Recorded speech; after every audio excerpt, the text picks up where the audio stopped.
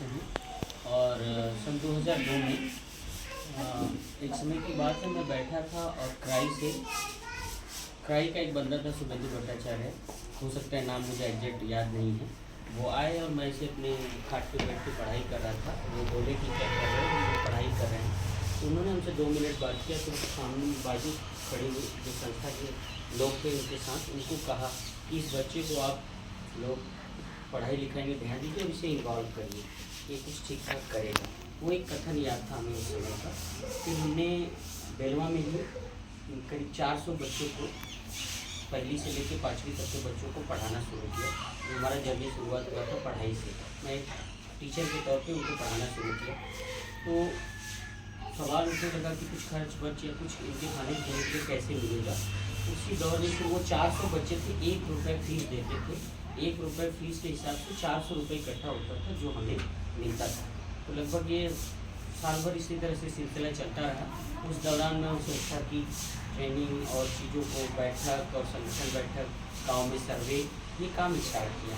धीरे धीरे करते करते मुझे तब एहसास होने लगा कि नहीं, ये काम किस हद तक कितना अच्छा काम है और ये काम करके हम अपनी खुद की अपनी जो आत्मसंतुष्टि होती है और अपने अंदर जो आवाज़ होती है हमने क्या अच्छा किया क्या बुरा किया, उससे हम काफ़ी हद तक संतुष्ट होते हैं। तो हमने इस काम को अपना एक शौक़ बनाया और पूरा इसी काम पे फोकस करते हुए फिर हमने राशन कार्ड का सर्वे, ग्राम पंचायत में पंचायत बैठक की मुद्दों को लेके हमने पूरा काम स्टार्ट किया।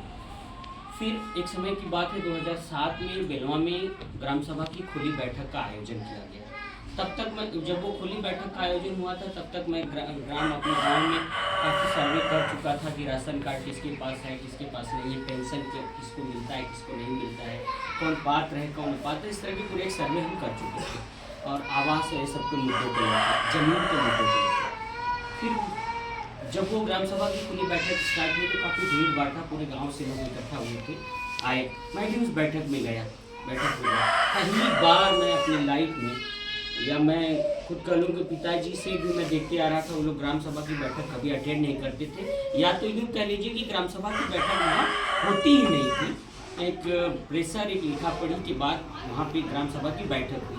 और आज भी आप देखेंगे बहुत सारी ग्राम पंचायतों की यही स्थिति है कि ग्राम सभा की खुली बैठक नहीं कराते हैं। उस बैठक में जब गया तो बारी बारी से हमने देखा कि सिर्फ उठा देते कि जैसे अब हम लोग बैठे हैं तो रूपा उठो, तुम्हारा नाम क्या है, बस नोट करिए, ठीक है बैठ जाओ, आप उठो, क्या नाम है, नोट कर बैठ जाओ। लेकिन उनकी पूरी बातों को नहीं सुना जाता था, उनको क्या कहना है, क्या ग्राम सभा की फाइल में क्या दर्ज करवाना है, क्या लिखवाना है, वो पूरी बातों को इग्नोर कर दिया जाता था। खाली कोरम पूर्ति के लिए उनको उठा के बस बैठो, नाम नोट करके बिठा दिया जाता था, चुप करा दिया जाता था। इसी तरह से मेरी बारी आई तो मैं काफ़ी साहस और हिम्मत जुटा के नाम बताने के साथ साथ मैंने उसमें ये कोशिश की कि जो ये ग्राम सभा की फाइल है उसमें हमारे गांव की जो समस्याएं हैं, खासकर मुसहर नट दलित की जो समस्याएं हैं, वो समस्याएं उसमें दर्ज हो। फिर हमने जैसे ही बोला कि इनको आवास लिखिए, इनको आवास लिखिए, हमारे गाँव में इनको आवास के बारे में लिखिए, इन्हें यहाँ पे हैंडपम्प लिखिए यहाँ पे, तो उसी भीड़ में से डब्लू सिंह नाम का एक बंदा उठा और बहुत तेज़ी से उठा और मेरा कॉलर पकड़ के और खींचते हुए बोला कि तुम ग्राम सभा की बैठक में बड़का नेता बनोगे, तुम नोट कराओगे, लिखवाओगे। और उसने कॉलर पकड़ के हमें ग्राम सभा की बैठक से बाहर कर दिया। हमारे साथ जो हमारे गांव के लोग साहस जुटा के पहली बार उस बैठक में बैठे थे, उनको सबको भी डांट के बाहर कर दिया गया। और वो फिर काफ़ी मामला उसी जगह गर्म हो गया। मैं भी जिद पे अड़ा था कि नहीं, हम अपनी समस्याएं आज ग्राम सभा की खुली बैठक में नोट कराएंगे, और हमने नोट कराने की जिद किया। तो वहाँ पे फिर हमें एक जो ढेबुहा गांव है, बाजू का ही गांव है जो बेलवा ग्राम सभा में आता है, वहाँ की महिलाओं का एक सपोर्ट मिला। सपोर्ट ऐसे मिला कि हम उनके साथ, हम लोग लगातार उनके साथ एक संगठन निर्माण के प्रोसेस में बातचीत करना, संगठन बनाना, वो क्रम चल रहा था और उनका सपोर्ट मिला। वो सब हमारे पक्ष में खड़े हो गए कि नहीं, ये भागेंगे नहीं यहाँ से, इनको जो कहना है उनकी बात को नोट करिए।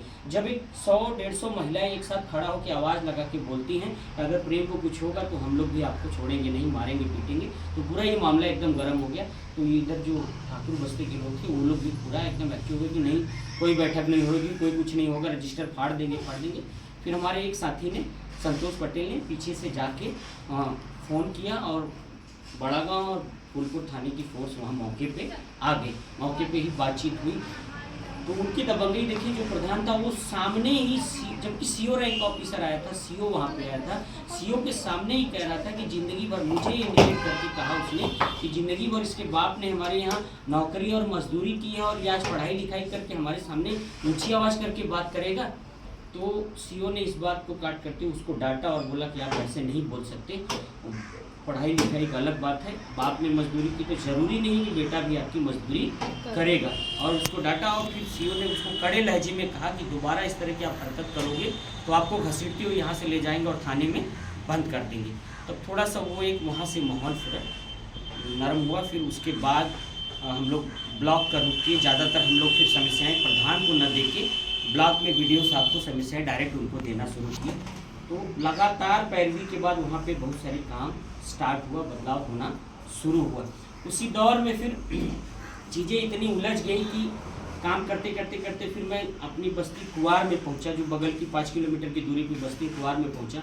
मुझे उस समय का एक वाक़या याद है, अनिल छोटा था, लौधर नाम का एक बंदा था, इसी को उम्र का था, उसको भोला सिंह के नाम के ठाकुर ने इतनी बुरी तरह से मारा पीटा था, लहूलुहान किया था, उसका ये हाथ फ्रैक्चर पूरा कर दिया था, हड्डी क्रैक हो गई थी, इतना मारा था। और पूरी बस्ती में इस तरह से डर का माहौल था कि बस्ती वाले ये बोलने के लिए तैयार नहीं थे कि ये सही हुआ या गलत हुआ। इतना तक उनको आवाज़ नहीं निकल रहा था कि सही या गलत हुआ है, किसी ने विरोध नहीं किया। मैं फिर बेलवा से गया और मुझे जैसे ही इस घटना के बारे में पता चला है, मैं उस बच्चे को सर्वप्रथम लेके मंडली अस्पताल कबीर चौरा साइकिल से गया हूँ, आप यकीन नहीं मानिए, साइकिल से गया हूँ वहाँ तक, और साइकिल से जाके उसका मेडिकल कराया है। मेडिकल कराने के बाद उसका वहाँ पे गवर्नमेंट अस्पताल में उसका पूरा बैंडेज सब कराने के बाद, रिपोर्ट कराने के बाद फिर थाने आए हैं। बहुत हिम्मत जुटा के थाने गए हैं।